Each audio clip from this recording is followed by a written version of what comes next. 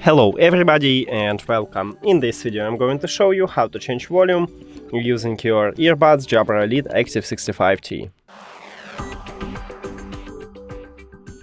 And to volume control you should use your left earbud, and right here we have two buttons. So the right one is to increase the volume and the left one to lower the volume. And let me play some song and I will show it to you how it works. So now I'm press at the...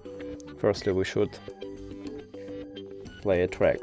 Yeah, so if I press at the right button I will increase the volume, and let's make it again, and as you can see I increase the volume. And to lower it I just press at the left button, and as you can see I lower the volume with it. That's it. Thank you for watching this video. If you found it helpful, please consider subscribing to the channel and leave a like on the video. It's really important to us. See you later.